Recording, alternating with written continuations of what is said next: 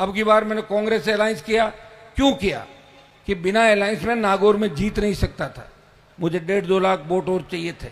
और नागौर में जो बार बार हमारे सामने कैंडिडेट आ रहा था, वो सामंती व्यवस्था से प्रेरित वही लोग थे जिन्होंने नागौर को बर्बाद करके रख दिया। उन्हें रोकना था। मैं विधायक बन गया था, लेकिन लोकसभा का चुनाव लड़ा, कांग्रेस से अलायंस किया।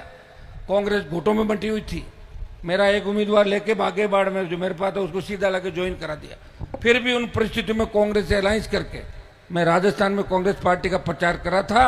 और 10 साल बाद कांग्रेस का खाता खुला राजस्थान के अंदर, और 11 सीट बीजेपी को हारनी पड़ी। 5 सीट और भाजपा हारती।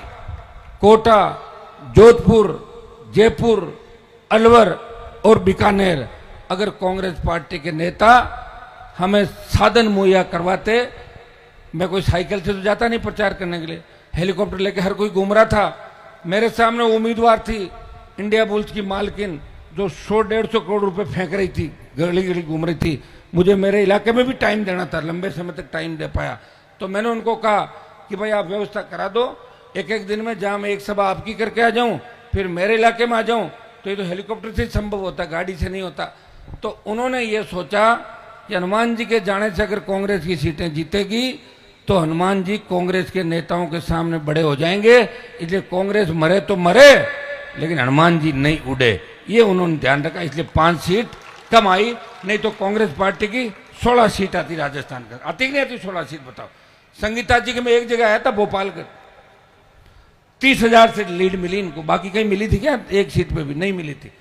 प्रयास में कर रहा था, समय कम था।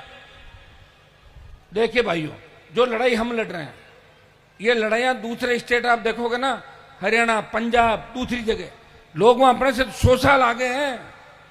ये अभी तमिलनाडु में जो विजय की पार्टी जीती है, लोग मुझे कह रहे हैं तमिलनाडु में विजय जीत गए। तो मैं कि तमिलनाडु में तो कांग्रेस बीजेपी खत्म हो रही है, वो तो दूसरों के पीछे घूम रहे, डीएम के, एडीएम के, विजय उनके भाई, दूसरे रजनीकांत, कभी एनटी रामाराव, तो तीसरे चौथे यही चल रहे वहां तो सारे, कभी चंद्रबाबू नायडू, तो कभी और। यहाँ राजस्थान में तो कोई आया ही नहीं है। राजस्थान के अंदर पार्टी बना के अगर पहली बार किसानों का सम्मान बढ़ाया, वो नागौर के सांसद ने राष्ट्रीय लोकतांत्रिक पार्टी का गठन किया। और जितना पंजाब हरियाणा मिला के हैं, उससे राजस्थान 1.5-2 गुना बड़ा है।